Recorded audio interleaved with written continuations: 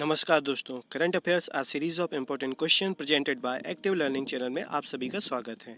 और आज है दिनांक 28 मई 2020। तो आज के लिए क्वेश्चंस का सीरीज हम स्टार्ट करते हैं। इसी के साथ आपके लिए आज का पहला क्वेश्चन है, किस भारतवंशी वैज्ञानिक को इन्वेंटर ऑफ ईयर का पुरस्कार मिला है?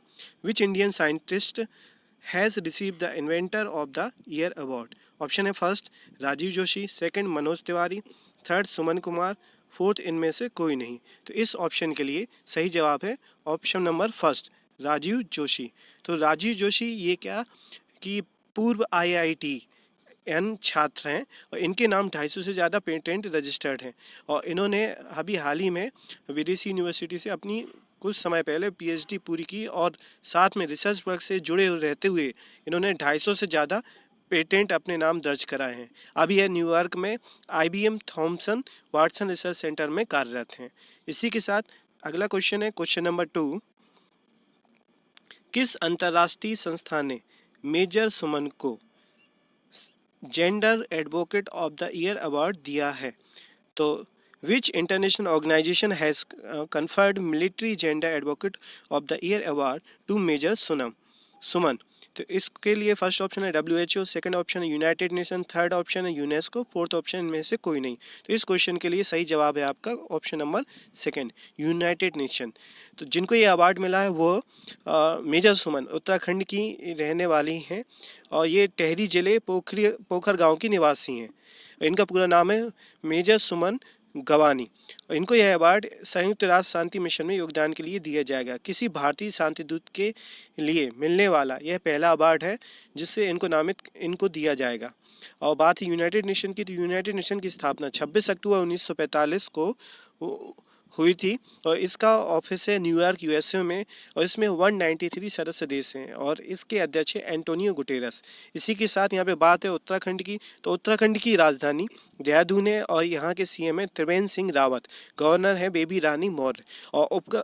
और उत्तराखंड राज्य आपको पता होना चाहिए कि चिपको आंदोलन के लिए भी फेमस है और साथ ही साथ भागीरथी नदी पर यहाँ पे टेहरी बांध बनाया गया है। और यह उत्तराखंड में जिम कॉर्बेट नेशनल पार्क है जिसको पहले हेली नेशनल पार्क के नाम से जानते थे, बहुत ही पुराना नेशनल पार्क है। इसी के साथ है क्वेश्चन नंबर थर्ड,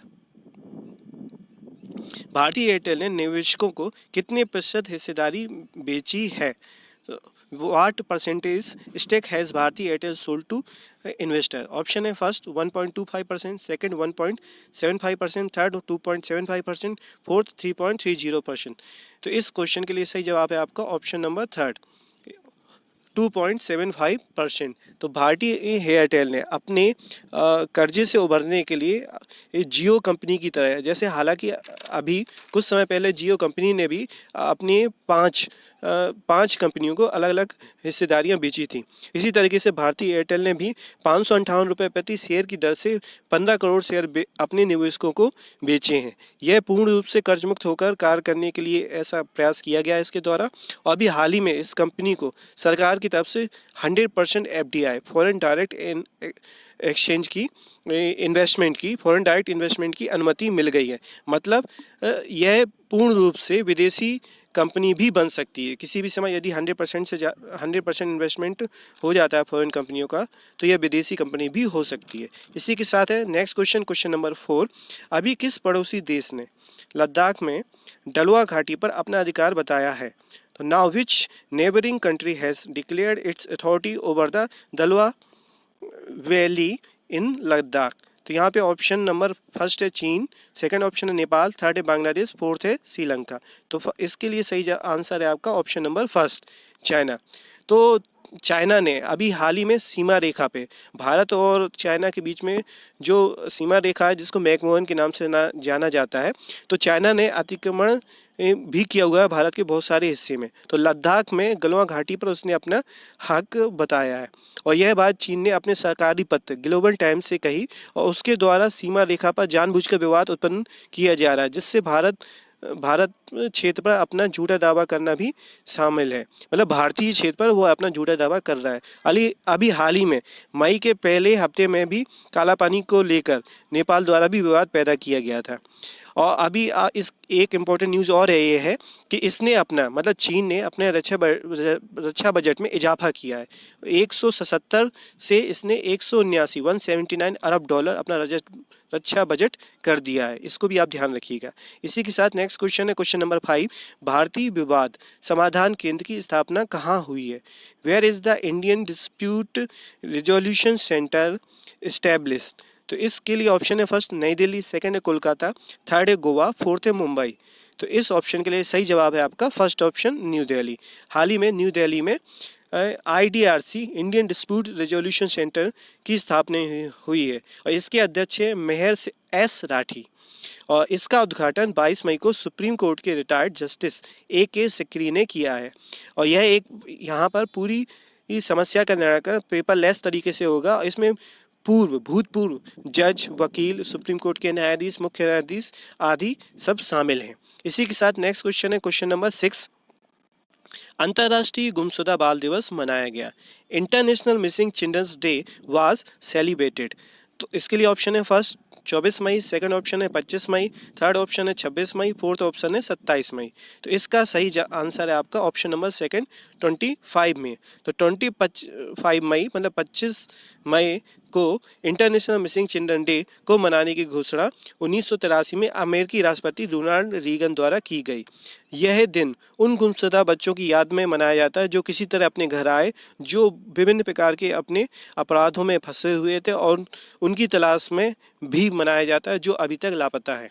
और इसको फॉरगेट मी नॉट फॉलोवर प्रतीक के रूप में भी जाना जाता है। इसी के साथ नेक्स्ट क्वेश्चन है क्वेश्चन नंबर 7, श्वास लेने योग्य नवरक्षक PPE किट किसने तैयार की है?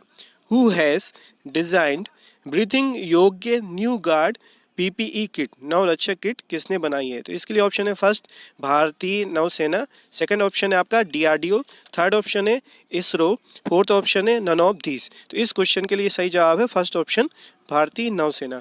तो यह PPE किट भारतीय नौसेना के अनुसंधान केंद्र के द्वारा बनाई गई है।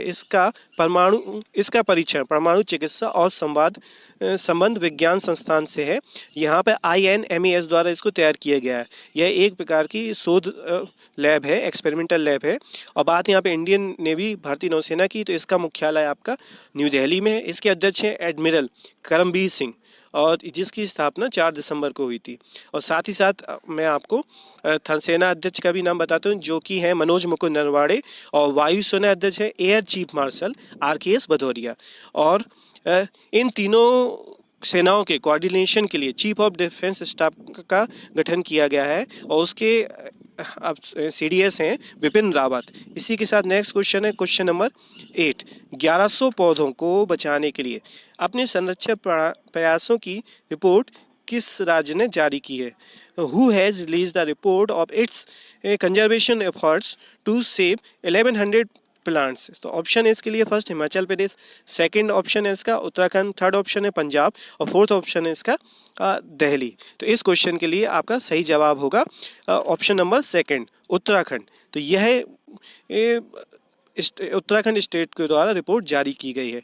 और ये जड़ी बूटी वाले जितने भी पौधे थे इनको संरक्षण देने के लिए उत्तराखंड की गवर्नमेंट ने रिपोर्ट को जारी किया है। और अभी आपको याद हो कि हो पोर्टल भी उत्तराखंड सरकार ने लॉन्च किया था जिसका नाम था हेल्पिंग आउट पीपल एवरीवेयर। इसी के साथ नेक्स्ट क्वेश्चन है क्वेश्चन नंबर 9, टिड्डी दलों पर कंट्रोल के लिए किस देश को 25 टन कीटनाशक की सप्लाई दी जाएगी?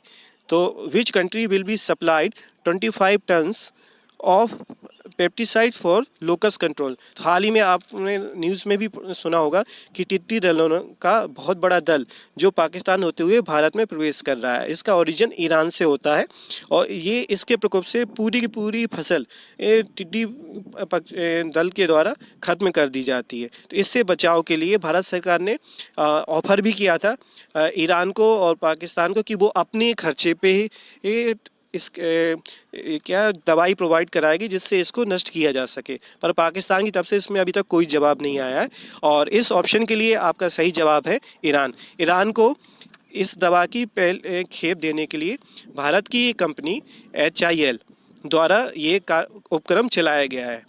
इसमें जो कीटनाशक दवाई के रूप में मेलाथियन को सप्लाई किया जाएगा। बात है यहाँ पे ईरान की, तो ईरान की है राजधानी तेहरान, मुद्रा है तोमान। ये अभी हाल ही में चेंज हुई थी ईरान की मुद्रा, और एक तोमान में आपके 10,000 रियाल के बराबर है। और यहाँ के राष्ट्रपति हैं हसरत रूहानी। इसी के साथ नेक्स्ट क्वेश्चन है क्वेश्चन नंबर 10। माइग्रेंट कमीशन की स्थापना किस राज्य द्वारा की गई है? तो विच state has establish the migrant commission? Option है फर्स्ट मध्य प्रदेश, सेकंड है उत्तर प्रदेश, थर्ड है राजस्थान, फोर्थ ऑप्शन है बिहार। तो अभी हाल ही में उत्तर प्रदेश द्वारा, मतलब उत्तर प्रदेश गवर्नमेंट द्वारा माइग्रेंट कमीशन बनाया गया है। उत्तर प्रदेश सरकार ने प्रवासन आयोग की स्थापना की और प्रवासी मजदूरों को काम देने व उत्तर प्रदेश राज्य से मजदूरों को ले जाने और लाने के लिए यहाँ के इस आयोग से परमिशन लेना अनिवार्य किया गया है। और बात है उत्तर प्रदेश की, तो उत्तर प्रदेश की राजधानी है लखनऊ, मुख्यमंत्री है सीएम योगी आदित्यनाथ, गवर्नर है आनंदीबेन पटेल। और यहाँ पे उत्तर प्रदेश में का एक फेमस नेशनल पार्क भी है जिसको दुधवा नेशनल पार्क कहते हैं। और उत्तर प्रदेश देश का पहला राज्य है जिसने वर्चुअल अदालतों के माध्यम से सुनवाई कार्यक्रम शुरू किया था। और इसी के साथ उत्तर प्रदेश में आरोग्य सेतु ऐप रखना अनिवार्य कर दिया गया है। और साथ ही साथ प्रवासी राहत मित्र ऐप आदि योजना भी उत्तर प्रदेश सरकार द्वारा चलाई गई हैं। इसी के साथ नेक्स्ट क्वेश्चन है क्वेश्चन नंबर 11। किस राज्य ने किसानों को अनुबंध कृषि करने की परमिशन दी है? Which state has given permission to farmers to do contract farming? तो इसके लिए ऑप्शन है आपका first Tripura, second Jharkhand, third Orissa, fourth Paschim Bangal. तो इस क्वेश्चन के लिए सही जवाब है आपका थर्ड उड़ीसा। तो उड़ीसा राज्य सरकार ने अपने यहाँ किसानों को कॉन्ट्रैक्ट फार्मिंग के थ्रू खेती करने का सुझाव दिया है और इसके लिए उन्होंने परमिशन भी दी है। और बात यहाँ पे उड़ीसा की, तो उड़ीसा के सीएम है नवीन पटनायक, गवर्नर है गणेशी लाल, और उड़ीसा राज्य की राजधानी है आपकी भुवनेश्वर। इसी के साथ नेक्स्ट क्वेश्चन है क्वेश्चन नंबर 12। सैनिकों के लिए बस सेवा निःशुल्क किस राज्य ने की है?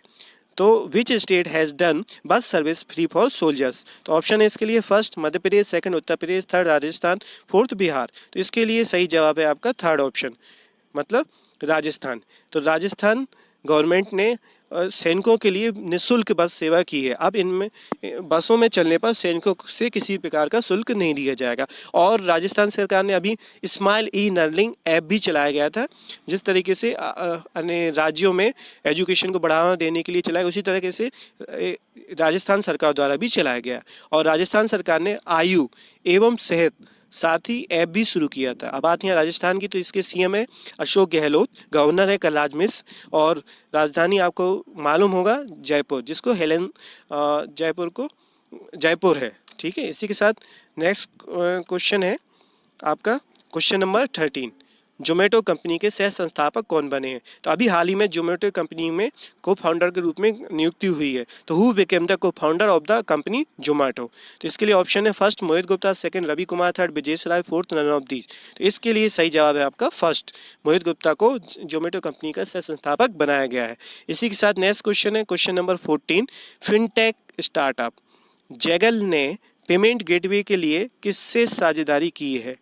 तो who has fintech startup Zaggle partnered with for payment gateway?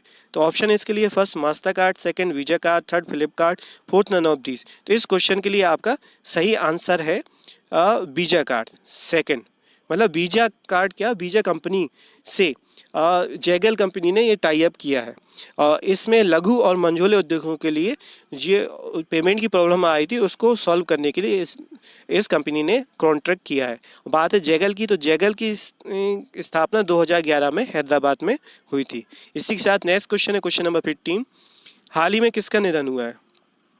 Who has died recently? Option है first Gigi Simoni, second option है Hana Kimura, third A and B both, और फोर्थ इनमें से कोई नहीं। तो इस क्वेश्चन के लिए सही जवाब है आपका सी, ए एन बी। तो अभी हाल ही में खेल जगत में दो लोगों की और मृत्यु हो गई, जिनमें से एक है गिगी सिमोनी, ये फुटबॉलर हैं, और हाना किमोरा ये जापान की रेसलर हैं। इसी के साथ यहाँ बात है यदि जापान की, तो जापान की मुद्रा है एन, और जापान की राजधानी है टोक्यो, और वहाँ के प्रधानमंत्री का नाम है शिंजो आबे। इसी के साथ नेक्स्ट क्वेश्चन है क्वेश्चन नंबर 16। किसने ताज सेट के साथ कांटेक्ट किया है? तो who has contact with Taj sets. तो फर्स्ट ऑप्शन है इसका BAML लिमिटेड, अब सेकंड है REC limited, third JILM limited, four none of these. तो इस क्वेश्चन के लिए सही जवाब है आपका option number second, REC limited. Option number second, REC limited ने किया है। तो अब बात है यहाँ पे REC की, तो REC को हम रूरल इलेक्ट्रिफिकेशन कॉरपोरेशन लिमिटेड के नाम से जानते हैं। यह जो कॉन्ट्रैक्ट हुआ है तो फ्रंट लाइनर जितने भी स्वास्थ्य कर्मी हैं उनको भोजन देने के लिए किया गया है, और इसकी स्थापना 25 जुलाई 1969 में हुई थी। ऑफिस नई दिल्ली में है और इसके CMD है अजीत कुमार अग्रवाल। और इसी के साथ आज के लिए लास्ट का क्वेश्चन है, क्वेश्चन नंबर 17। किसने अपने राज्य के सभी अस्पतालों के लिए ऑक्सीजन पाइपलाइन प्रणाली की घोषणा की है? तो इस who has announced oxygen pipeline system for all the hospital in his state? तो इसके लिए ऑप्शन है first Tripura, second Meghalaya, third Assam, fourth Bihar. तो अभी हाल ही में बिहार सरकार ने, मतलब इसके लिए जवाब है आपका ऑप्शन नंबर 4। तो बिहार सरकार ने अपने राज्य के जितने भी हैं 16 जो जिले हैं, जिले अस्पताल, वहाँ पे तो परमिशन दे दी, और उसने पूरा 3 महीने का प्रस्ताव रखा है कि सभी अस्पतालों को वो ऑक्सीजन पाइपलाइन के प्रणाली के द्वारा मतलब कनेक्ट कर दिया जाए, जिससे ऑक्सीजन की प्रॉपर सप्लाई होती रहे। और बात यहाँ पे बिहार राज्य की, तो बिहार राज्य के मुख्यमंत्री हैं नीतीश कुमार, गवर्नर है फागू चौहान और राजधानी है पटना। इसी के साथ आज का करंट अफेयर सीरीज का क्वेश्चंस पूरे होते हैं। आपके सामने 2 क्वेश्चन स्क्रीन पे हैं, इनमें इनके सही जवाब आप कमेंट और ईमेल के माध्यम से हमको दें। और इसी के साथ चैनल को लाइक करें, सब्सक्राइब करें और ज़्यादा से ज़्यादा अपने दोस्तों के साथ शेयर करें। और कंटेंट आपको रिलेवेंट लगता हो तो आप प्लीज़ इसको लाइक ज़रूर करें और ज़्यादा से ज़्यादा अपने व्हाट्सएप और ग्रुप में शेयर करने की कोशिश भी करें। और किसी प्रकार की क्वेरी हो, सजेशन हो तो हमको ईमेल और कमेंट के माध्यम से सूचित करें। Thank you.